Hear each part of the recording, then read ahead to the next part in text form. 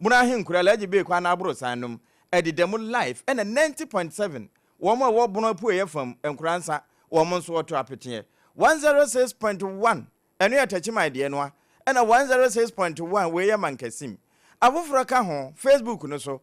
SOMPA 106.5 FM Accra ena YouTube no SOMPA FM live www.sompaonline.com ensem ni nyina agu ho ye dan ye hutiawa ye ba ni nkyiremu ye de brewo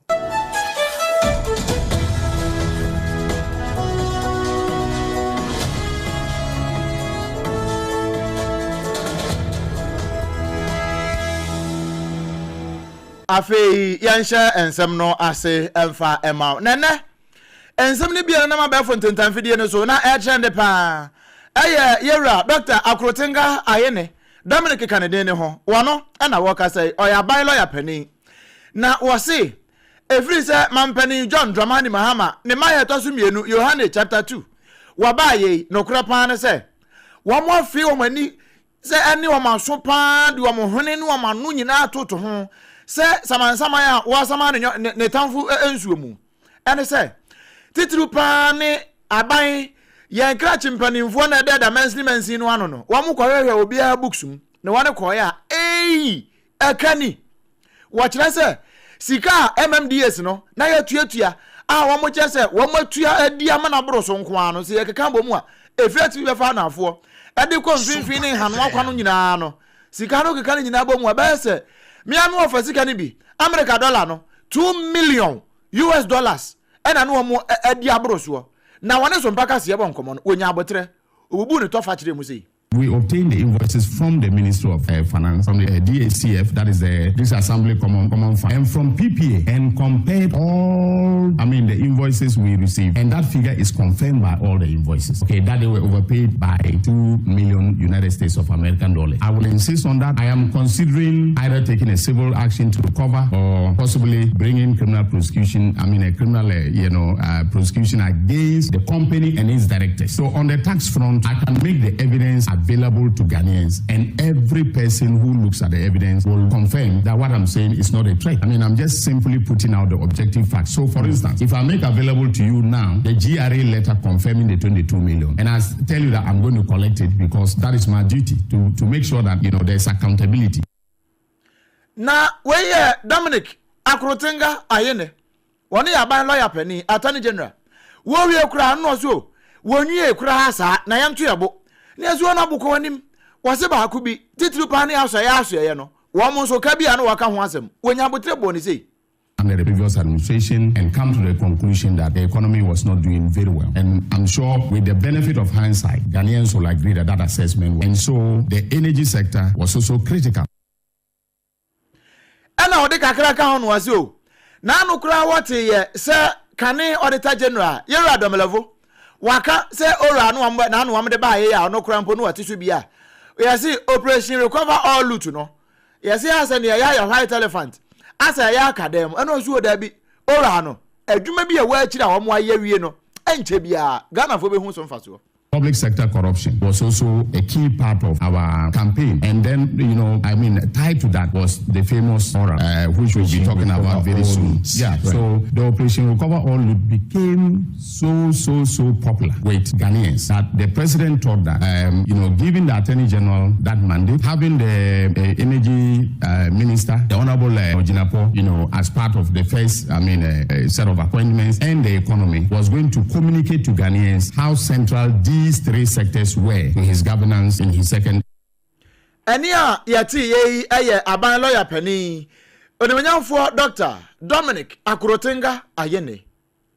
Abusia wo ensam foforo mu no opiemu awasante emantamu a wamu asebio bibinti wada enaduafie opani a wono eyan kakran wo preachi ede kire wono mo enti no wono oya regional chaplain at the Ghana Prison Service asante mantamu afade no Reverend DSP Stella ama kasu angu wono ana akwaya doye yi wasesa ya na se okwones wono wo mu koche nyankopon asem sa no a ema na ewom no ubonsu obisi ema ntwa baabi no oposo ho no ode ne nsasum na no otimi ye din no aben no no obisa nse maame adai sister adai enowa adai wasa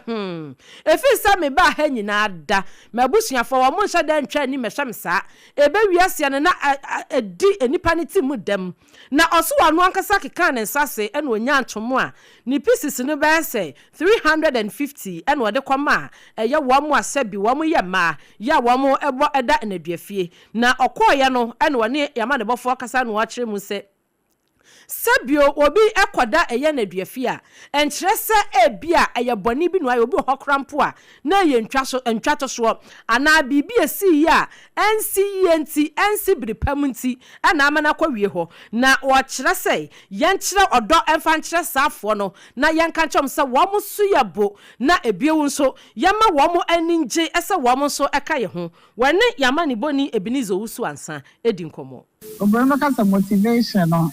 to put smiles on the faces of the female prisoners. Some of them when na other prisoners they are not in that show. Oh, feel so. Me no want to her. Na mo ya man. About the office and na fear jadumo. Enti a man who was prison na want to tell mo no. And to some man no. And Obama was prison na you ba in the channel. Baba that prison na ko say lingua see stigma no so. Obi Obama prison na kuno jana. Obi fe na kuno. E tie nye le dia say. Na kwala ya basa. It's a mom that prison je. O say your mom special attention and special care. If you say Oba ni fear, no project. Mami wakasa ye aye chaplain edema aye Ghana Prison Service na fa no wasante emantemu Reverend DSP Stella Amakacho Anko wono enani amani boni Ebenezer Usu ansa ekasa ye ne essence wakwaye adoyenti opani a wono agina mu ewo Kumasi Central Prisons empanimfo nyina anemu agi niemai edase eye Owura James B Enyinwele wono so edensem sei etudwa. On behalf of all my regional counterparts, colleagues, prisons, commanders, especially who are female prisoners and prisoners, but above all on behalf of the female prisoners, and to say thank you immensely for such a kind gesture, and then to commend you, and then to wish for God's blessings, and then long life, and then all who have made this possible, with your constant reminders and following up the emails. I can imagine how happy they've been and they'll be, and so God will bless you. Openi okasa ye Ashanti Regional Commander the Ghana Prison Service. Wano Owura James B Enwewele wano energy eniemai edase na oni amani boni Ebenezer Usu ansa edi nkomo yi. Ye free Owura James Yakobo die ho a yenwura mfimfini mantemu na eno nso gomu afete na mede wokọ Pentecost Student Association wom na yetwa ne tie frɛ wom pensa babia sukuntu aso ne sukupon wo bia no Pentecost asafo mumma wom kobie no titiri wom a wotene won ho kɔ asɔre ne yie sɛ wom nya kɔ ekɔje ntete pɛ sɛ koi wode won ho kɔkɔdɔn eno edagere mu sɛ kobi abake mu wom kobi enti eno na wom hye mudie kase wom hye ho fa ewo gomu afete enam sa ya so ma Ghana mampani abadi akire Her Excellency Obenfo Nana Opoku Ajiman wokokasa wase ene wo che se eye na ni so ye na ni kapa se ene se wo bedi mampani abadi akire nyina no ewo ho a no wo masan ato no no wokɔ ne diem e che se nwuma suam enti na ni so se ebinom oje ntete na wo manyi ne ye namu no wo mo ba amaya firim tituru ne hawo no eno di adanse pefe se asafo no wo hu amamuo edeka ne dwumadie ho se sabio wo mo a efa amamuo ede ato won ho so no enya nkwanhia bi na wo no mahia na bre a wo kasa no wura mfimfini mantamu a kwakwa de magina nafa sa bre kro na se enkra ha so na ebo ba na His Excellency Honorable Oponchecheku nso egina fa na nsama ode tu dwa no yentie bi mra the Chairman and General Secretary of the Church of Pentecost, directors and members of the Executive Council, pastors and ministers, executives of Pensa Ghana, distinguished ladies and gentlemen, members of Parliament, everybody who is here, my dear students. It's always a distinct pleasure to be back amongst you. It is a pleasure to be here with all these talented individuals. This gathering brings together young people who are already shaping our future with their intellect, morals, and leadership. More than 13,000 students are assembled at 5 centers across Ghana. We've been told this. With Pensa established in hundreds of institutions and membership exceeding 150,000, this is a constituency of responsibility. The theme demands that we consider what kind of leaders Ghana will inherit. It also shows us that the church recognizes that leadership and academic excellence are not accidental. Any OTA Ghana man penny abedi achire, Her Excellency Nana Obofu Ajumai, Obenfu, Wano, Neho, any aquay, we pensa Jumadiase, go more fete. And what this answer me a tuja. Na afe ye uramu awo na watching na emunsamo ya ebaye na eboko to dwempa. Nanso ye nyambotre ene asa chronicle na makoma na nia ewasa wote na wasa atibio no ya de ma wo bi wo a wote abeka sa sem kan. Ebi nso ho abeto se ade mu oya ebi nso ho a na wantimpo na ya san siuso na waka se oyiwa eno na kwasi bro ni say there you are na ya sha se de afri na no joda adwoda no atichafo a wono ma kira de wo man Ghana mu na wono mo kira se wo ma kira de bro afe na no yes yenye wo mo financial clearance a na ya de wo mo to payroll so ama controller to am ka 1 month pe no ya November de no chese wo mo boso mi be se edunan akatua na akamu a e wo se mpanifo hwe na wo mutua ma wo no nya de a wo mo aye so mbetua sanse mpani na bo mi mfu itaduku eno ena ekwei ya from coalition of unpaid teachers one of friends and 12 years mu ma na na pon checheku international reporter wo kwa ho no watwe kwa no na wo kasa no panifo na pani a wodi o manim pa no o kasa e friend Simon Kofi Nati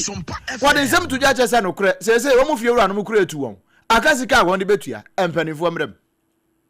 We are calling on our employer and then the government at large to listen to us and then have our arrears paid so that we can all have our peace of mind to continue with the good work that we are doing for the country. And also the few that are left to be issued staff identification numbers, they should have it before this month's salary comes. Otherwise, we'll have no option than to hit the streets once again as we did some time ago. Aside the demonstration, probably the only thing we can also add is to take a legal action because it is just unfair that we started work with some colleagues the same day, we did everything the same day, and it should happen that some have received their salaries in full and then the rest of us should be going through this stress. I think it will call for a legal action to be taken against our employer. We Simon Kofi Nati one no ya convener ya wada coalition of unpaid teachers one mo ano na wo wie ye pe na maame ba ko one ya friend Madam Elizabeth Amuzu o ye teacher ni ena wo so one kura de one kobo ya naira kura de ba Ghana sika no mu a eye kwense te say one person ampo kura no nya de a wanya bie na wo ka kira na oponchi kusi Pacho November no na omo validate me arrest ni na but eba no 1 month pe na me sankai December no so omo validate me arrest ni na eno so eba me nya 1 month pe me de na aka 10 months nti dokulene yenim da omo betua arrest na aka no month bia no omo validate here with the arrest nti ebasa na enso e hope say beba because the first PV ni so no o arrest appear there e was so mutua waka but yenim uko controller so o meka kire we say ebeba uko GS o meka kire say omo no ma yo mu de awie na anyom no mutua ka anyom no mutua ka yenko controller ye ko so omo ka kire say beba nti yenim enu nti na yesle say aban no yemo no ntua ye ka nyansa de ya ebe demonstration anya saade a ye be demonstration we ya Madam Elizabeth Amuzu was aka 10 months 10 mu a esa aban de ma won ne nsem kakra o de ba ye no Ebusia ena no drada no ena oswani a wono wo hye ya kwan ne akwantempo ho nsem so wo mai mu no kura ya aye adakuru emra hye bedwani onanya for governance Kwame Agbeja wade betu dwase ayi tobutu akane na wo ho na wiase ye bubu no wiase kura mo ye som ba yadu nsobuo enti kasi duru wanu na taja upasa overcity nature na uyo hu ye wiwi a na wakwa wiwi wasi busumi ya yasimu ya eyafi wanu hyase eden katasem agwa kwamu na ya hyase bie na we no ya bagiji sika na abafo kwan ayoso nti enye wesi ya fofo obi akwatena wo na udu hanu mu a watua ka ni nyina ba ya digital na ne nsem kaye mu no ena no dwada no sei ekwo wasimpanimfo ekora no ede bai se bibia enko abafo kwantempo no so said ye be ye beboa ne nsem ni. Looking forward to a completion of that procurement process this month, and there would be operator will be selected, and then the public education will start on what we intend to do. All public roads that have been engineered, that have been improved, will have a certain level of tolling on them so that we can raise revenue to complete some of the ongoing projects and also to maintain the road. But we interface with Ministry of Transport. How do Ministry of Transport, Ministry of the Interior, because of the enforcement of the law. So, for instance, when we say we are introducing a new road toll, where we don't need physical toll booths. In any case, the ECOWAS leaders, the recommendation is that across the region, road tolling should now be rolled out on digital platforms. Said Yabeya Ebebua, Oswania wano washe eye adeshia wanom. Wamo sha akwani akwantempo ho nsem so no wono oyesua ana fo yamra hye bedwani wadakuru abaton pesua so onenya for governance Kwame Agbeja na no dwada no de sansemi tudwa. Eno nti bra na cho no eye adwuma se onya afro kai kura edu ba bia dre ne no mpese obeyi ne sika no waka yes wa onya ya mame bi na memfa ntwa to no wo de no na twa na agya wonya nsesa na ene se to no wie ya omo be ya na degetai still bo no kwai kwosoro na timamufo wo mo asantimamu na se ye ba be di bronya no adrafo pagya wo mo bo mo pa anya obia na wo mo ne dwene ho na wo mo pagyam ya di bronya wie ebo no da so da ba bia da se de wo mo situm no wo mo miei enti wo mo ne ba ba edudi nkomo na wo mo chese se wo mo wire afira sa asanteman de wo mo kai enti asante kai wo se wo mo san enko ba bia na eda ansa na ye ba be di bronya no no mfa nko na se patrol no kura ya sa tete so how can see ye di bronya no wi a sikasem ho ayeden ye ma no ma ha se ekosku ne na sefo iti yese case ka no ba bia eda no yese omude to ho ede maye ona nra mi firi kromu ba jansin o se o ba broni kromu yo ba bia o density indi mi nim se emwaye yese omude price ne to ba bia eda obia ka se o ye de o pe anase o ton na de opa e ma o man nyankoso how can see the man sa de wi akoso ache pa da bia obia epeso ye de ope kesika we edienko ufri ha abrepotu ayi kageti akra ji so fa ka mi ade ndi se kra ya sa ti petrol so ndi o se GPRT for mo hwe na mo de place ne to se ba akwa ne ba akwa wo mo efro kai ne bi ye fro on passengers ye timamufo wa santimamu ene ne ye nsenchu ne ba bedu edi nkomoyi we Monday landi afi yenwura Tuesday na Tuesday no aye gina mu no oba yan ya ha ye fra na benada na enanu bi eja bi a etoye na nyansuo eja na ato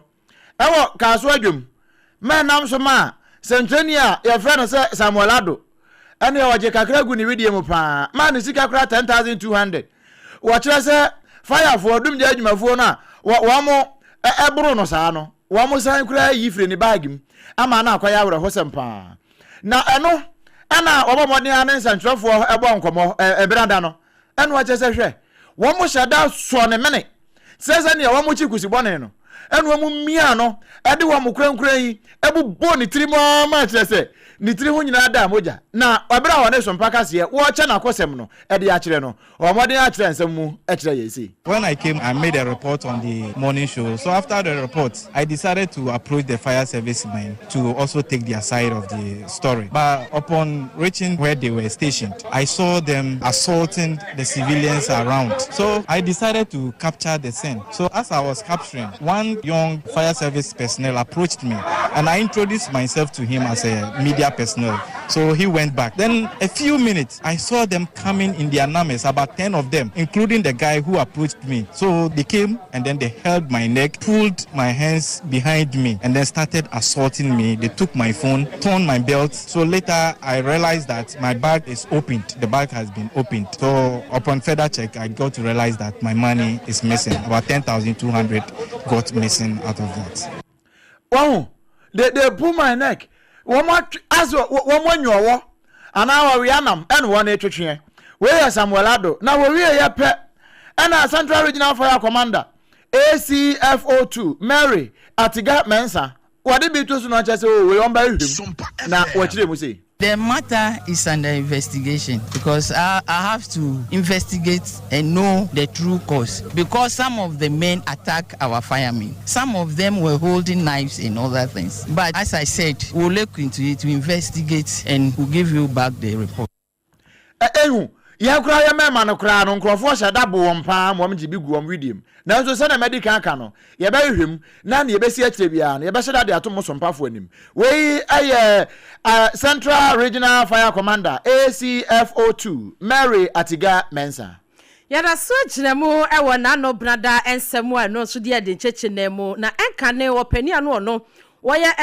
Auditor General ewo mayim Owura Daniel Yawodomlevo wakasa abnada no atwemu sei se empanimfo yawo mayim ne nkwada nyina ye benya aban sesi ya otisui ye benya ne mugidie pa wokwan ya wo fato na wa fight corruption keta hyehyɛ proya kan dream di ase a wose wanu kuni yi esanse wo mo ba ya no wo mo yanya nante se wo mo nsoso enti no wo de operation recover all loot a ye fa no ora no eba ye na wo hodie na so no eho behia pass Attorney General sesei wo be ma ne ho aye ha wose won hyase enyin yi sebi ensem ne bia na secretary hyehyɛ ne proya bia wo soro eye high profile wonyi bi no anya nentem na wonya ho adwuma eno na Ghana for ye benya ne mugidie. My hope and expectation is that it should improve in the sense that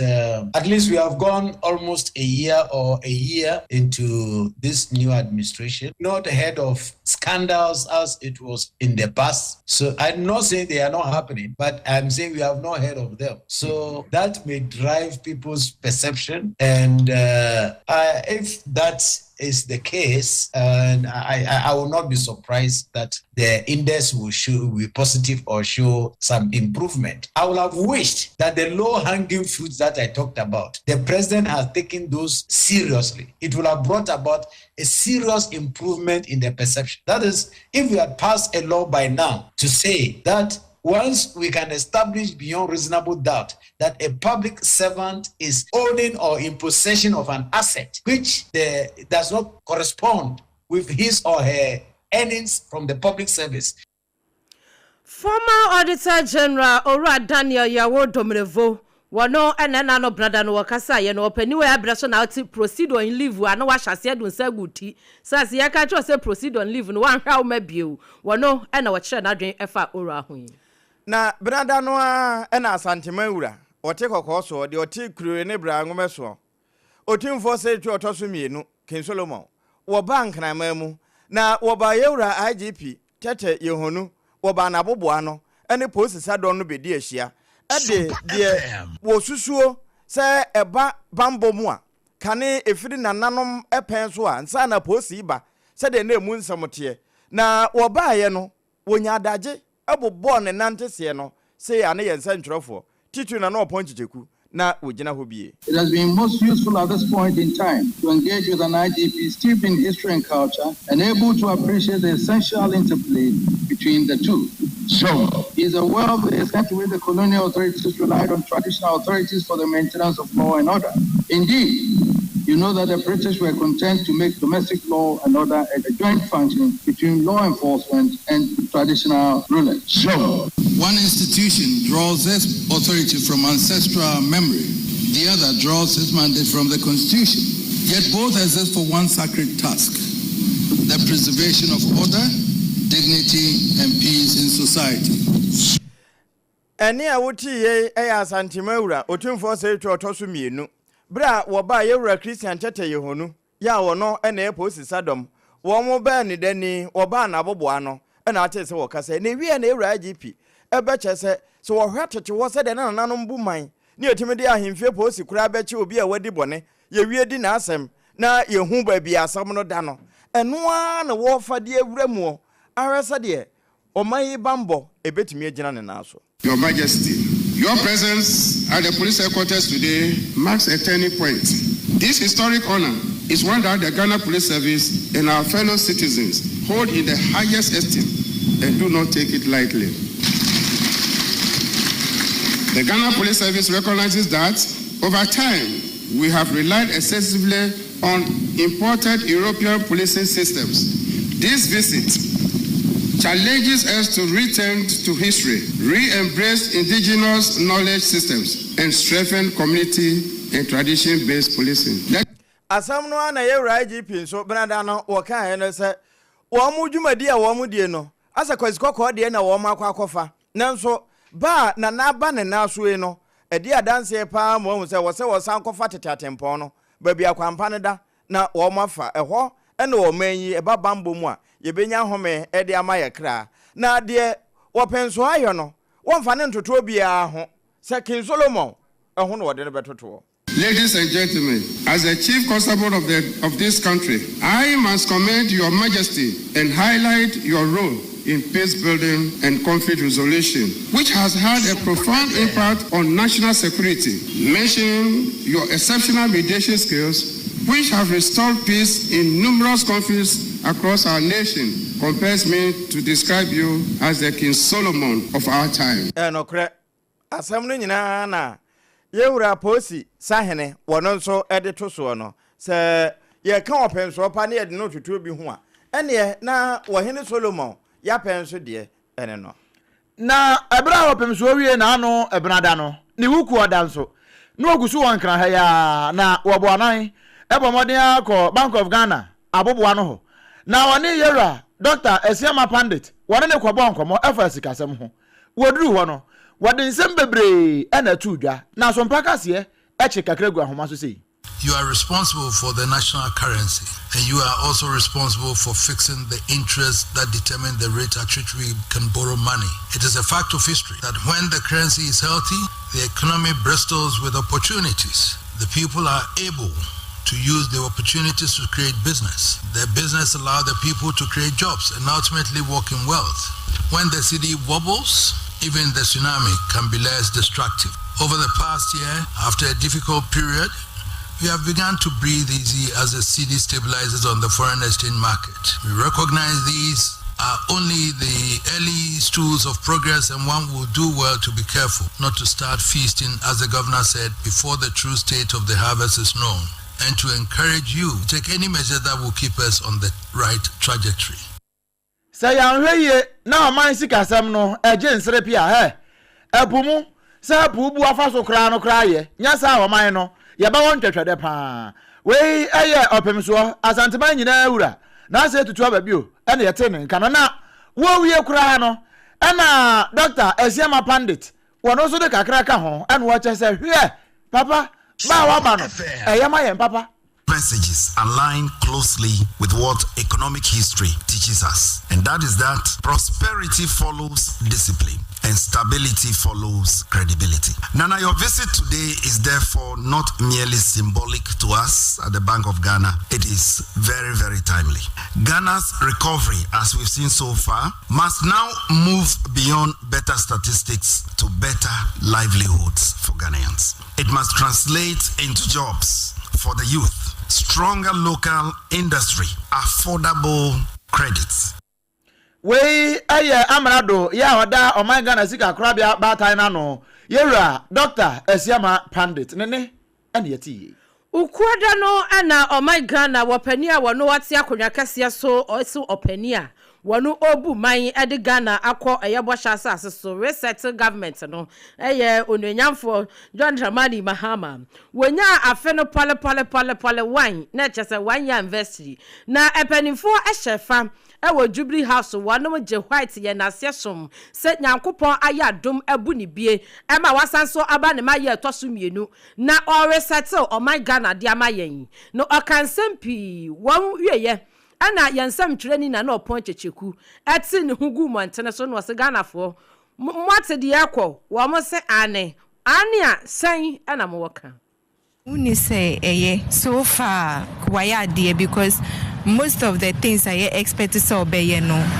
one way or the other he's implementing it right. Into me uni say so far minya any issue especially when oba new no you say CD rate no eba from kakra for the first 2-3 months or by no CD rate no from Kakanti. For me, I think it's good. Although or implemented some of his policies, him said the wakani nano obediatory a bini 24-hour economy. No last time it say was starting with baby. Now so him say a beba general thing obi inti the okay no onye eno na ye him say Mr. John Dramani ba mama ba no nyama bebre kofom ba nyama na ekofom no ade ha dwene se ase sika ni ebotuma de beto nyama na ekofom no ama ase dollar no so akofom kama efe dollar no de ekofom na yema ye ba ase ahoche kakra wo krom kakra ne se si ano sika ni ebotuma ya de be kokrom se ye kwa koto sa nyama na ya tete so no ene yenim de ntia ba sa nti ono akoy mampani ni de onu betima agogo nyama kakra ma because nyama bo afo they say mo one bag ekrom 50 Ghana cedis 5k no first na 120 130 eti obon home modern by him say 1 year dey on koso na onye bibi maye mahama yade amemo na baso wa yade pa isia no o he adwuma mahama ye no magana na ekoyie pa na madam fu bo say okwa ashawe line ene kra ashawe kra matete so okwa isle gwa first na 3 million isia aba 1.5 tutu say man na tete so economy no so aba from kama so to ye adwuma on koso no ye Ghana fobi adwenkyerɛ ɛfa ɔpani a wɔno wɔte akonnwa so sesesi yɛ mampani ne maya ɛtɔso mieno His Excellency Yewura John Dramani Mahama ne 1 year wodi yɛ ɛna yama ne boni yɛ nsɛm twɛni na ɔpɔ kyecheku ɛti ne hugu mantene so a Ghana fo akyerɛ wɔn mo adwe bi sɛ yɛ ebi sɛ nyɛ ɛne wo yɛ da yɛ asa ne bɛkɛ sanse adwenkyerɛ de mpani sɛ te sɛ hyene obi adeɛ ɛfata danim saa na ho nsɛm ɛteɛ sɛ ɛte sɛ deɛ obi ahu nyame sono se nyame yɛ kakraka te sɛ wɔ sono ananse se nyame te sɛ ananse ɛna ntatia so nyame wɔte sɛ ntatia ɛna nipa se nyame te sɛ nipa saa na ayɔ na wɔ saa nsɛm ho a wɔbusa Ghanafoɔ bi a wɔn mo kyɛ sɛ yɛ no na ɔpɔn kyekyeku amananso hɔ ɛna wɔbɔ pini wɔn mo a ɛyɛ abenfoɔ ɛwɔ sikasɛm ne ntotoyem ɛne wɔn man no sɛ deɛ yɛbu nuo yɛtɔ adeɛ yɛtɔn adeɛ emfaso eba so ne ka ewom economist we University of Ghana and wo Professor Godfrey Bopping and on there say wo bo apem asem no pa ama ye hunu se de ase tie mampani na afie di kan no obakasa kwan papa no so and wonam. Yes, the economy was a topical issue in the run-up to the 2024 general elections. Yes, and when we look at the economy, there are different aspects of the economy. I think overall, within the 12 months of assuming power, the president has done quite well. Many of the indicators confirm that the economy is heading in the right direction. We cannot take that away from him. We've seen economic discipline, we've seen fiscal discipline, we've seen prudent and largely judicious use of our fiscal resources. Professor Bopping, one University of Ghana, a honor within Juma, say finance and economists were main pa and a Ukiadano, Wakasa farm and penny face. Na mampani face ya kroyai ena na no ya woda no kansane ne dom kuma no wo mo na no ni abedi akire askwabra shebedwani ma me Patricia Piaje wo gina simpie ni apaso no se a na mo se mampani anya san 1 year afi o ene wo so wo monyo wo se na 1 year yetimi kodi gold dwa ne aboka $240 million we 1 year eseso nam kwan papa so na ma me Patricia Piaje wone SOMPA kasi ebo nkomo won sentwefo nhia na se no wakasa ne sei. The Attorney General speaks of operations recover the loot over 200 cases, 33 against former appointees. But actions suggest it is not consistently about accountability. It appears selective. Real accountability will be blind to party. It would investigate the 214 million loss. Insist on transparency and uphold one standard of justice. Instead, selective accountability. We aya mama Patricia Piaje askwamra sheme dwani so mpahema na wo wie kura no eno wase na no won kwate a wase wo musu wo mutu galamse yase enso wo mo na age a wo mo ye na wo kire mu sei 8 citizens of Ghana, including 2 top ministers of state, took to the skies on a mission to confront illegal mining. They never returned. Their helicopter fell from the sky and the nation mourned. This tragic incident should have strengthened national resolve to defend our land, our water,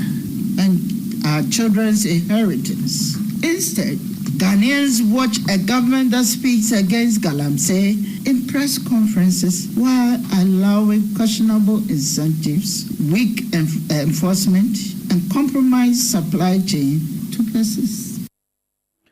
We aya sokwa mrasebe dwani dam kuma wa mrasebe dwamuno wona ne pani abedi akira wada homa no mama Patricia apiaje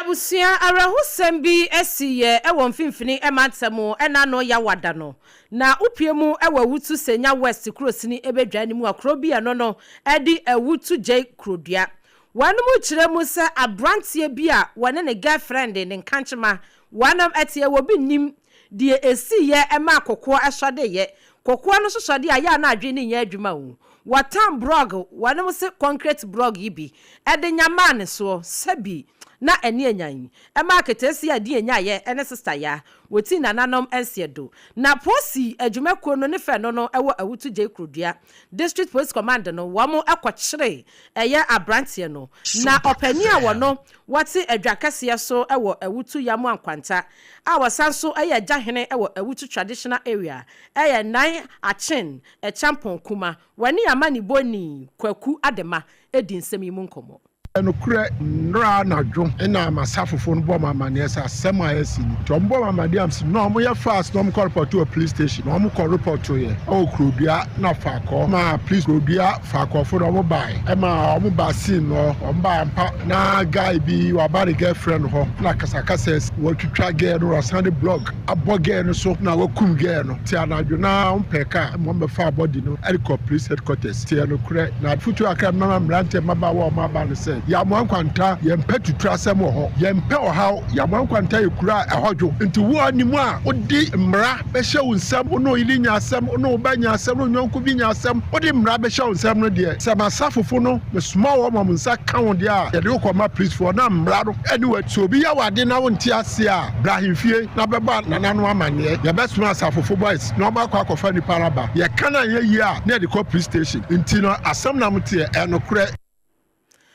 Ebusia asam no areho abrantie pa wu kwa Salomeu wu kwa Salo se wahunu ko wiase a ode blog anyama gene so emwati nananom ensiedo ayareho sem ohene kase a wati adwaso ewo ewutu yamu ankwanta eye nan achene e champon kuma wone yamani boni kwaku adema ene di sankomi ena no yawada no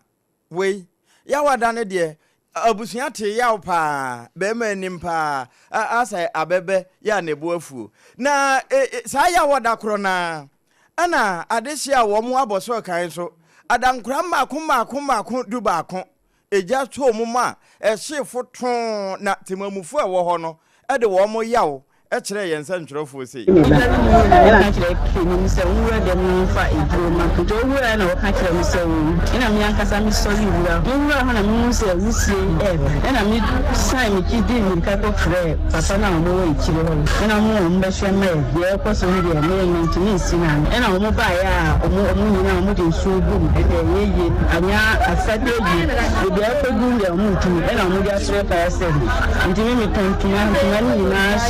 misika medical ni yen katraka sabani na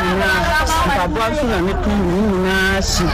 nikola tisa de shem afala mi kula mi gali ni share su ni tuna no share su nyama ni na shi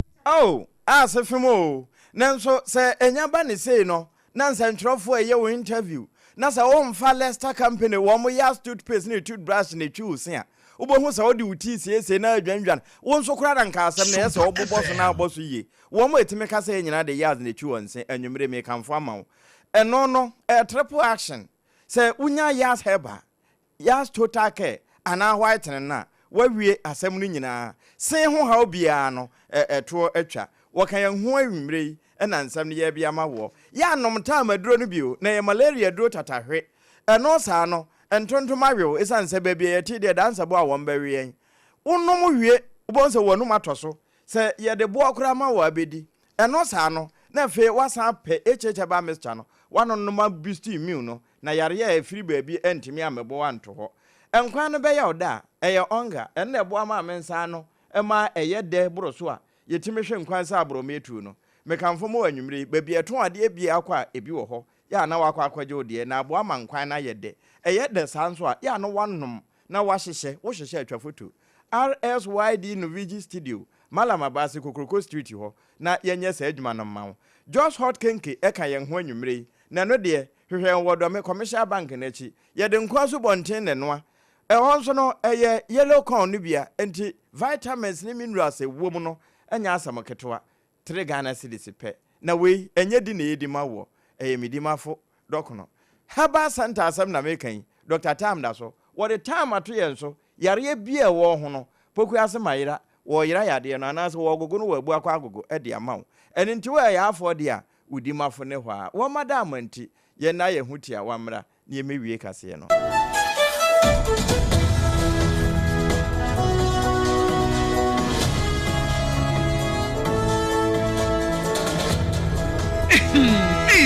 Edrano pa wutimi to boase etwitwiwusi o ado na so ni se me de yas toothpaste and the brush and the twitwi mesima menya homka senti na ye boko yi na medie me all time favorite yas herbal toothpaste and the brush aboa me amasesei menum nso a enwunu anasa de ehia mesin finfem me biem na wo hwasa mesi aye fita sesrecha homa na et brightens yas whitening toothpaste and the brush and me di hwimese enti na wo se afei na yas total care gel toothpaste and the brush ne de ebo wo se ho ban demu ne nyina ema wonum ye sham oh yes enu krotrodo yas herbal yas whitening and yas total care gel toothpaste and the brush abusuan chamfa se wo peduduo tu e won kan ha from Leicester Ghana Limited and was 050-161-9588 Leicester Ghana Limited and the yas toothpaste mo ahodo and the brush abadwa so abeboy midimafo pokwase maira akra midimafo pokwase maira akra midimafo heba clinic aba akra anu ewontie passengers egumi kai mu ehwa na dodo na ekro ene sa akra ne botem yedemu an yedemu ampa de se de adutwam Atlantic International University America memu abo Dr. Adujamfi babaso honorary degree as a professor in biology in herbal medicine it is said here ayaresa no I am more. Oh, Missy Minim wife, your copa war. 1 year, 1 city. You send the 2 months and 8 years. Cano. Miss me connection and shut down Koye, na a sakakra. To say what Peggy Mama or the bem. Connection, what you are about the crow. Stroke so dear. What found small. Tessa, I did you who any dear Siano. Yari Bia Tatia, ever Dr. Tamdaso and so. Diabetes, hepatitis B, prostate, hypertension, malaria. Yari Bia. Kumasi say, oh, opposite government school. No. And then Krahanso, Obepim, our Pokuase, Maira Kwanoso. For a doctor, 0244-774-282. And at 0500-7272-15. Midimba for Herbal Clinic. Woodima for Newa.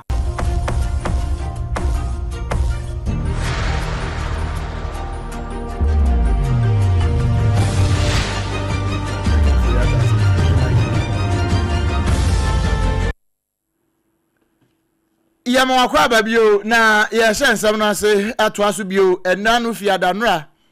na ya de nsem na esi ya nra no e de ama na yekwagina mu ewo kanai fotosanfo onimnyamfo kanet kuntunkuru ko foriata na kache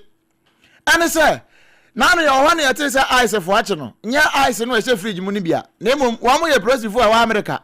a wono mo ache no se wakwa akọ renew ne visa wakoya wa mo ache no de na hye danketu abim na ne lawyer ya Frank Davis wane so mpaka si abon komo ama wa kire nsem musei e de akire yen na onya abotre pa achire nsemu kire kwan ya omofa so chi no ene se dia amanfo bi keka se o we no kra na ne visa wu bi ka se ni beli awu ene wakwa renew no na emom na nya noa na emom no de wo kire se eno ya atesem na onya abotre achire nsemu sane ensem ne tie no achire SOMPA kase Frank Davis onoforiata. I know from our counterpart lawyers in the US, limited as it is, that he is putting a petition for an extension of his immigration status in the state. And contingent upon that, to direct you to the determination of the petition, I, for whatever reason, picked it up on the 5th of January, which was yesterday, and he's at the Caroline detention facility. The obvious reason being that his duration of his stay is about to lapse. And in those circumstances, if we are all conversant with the immigration law pertaining everywhere in the developed world, you will have to apply for an extension of your visa period or your continuous stay in the jurisdiction of the country in which you are. And that is exactly what's been triggered. Honestly, I can't answer that question.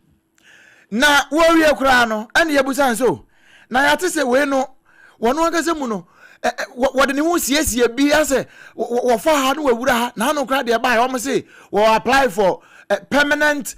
residence e wo ho e de afa ne ba so e no say ndey amanfo atesem. I cannot explain why they have decided to pick him up and detain him. That is what it is, and that is the situation we are confronted with. It still remains a suspicion. That is unknown to me as to him having overstayed his period. I know for a fact that Ken Floriata's visa will lapse next month. So it still remains a suspicion, and I can't speak on matters have limited knowledge of.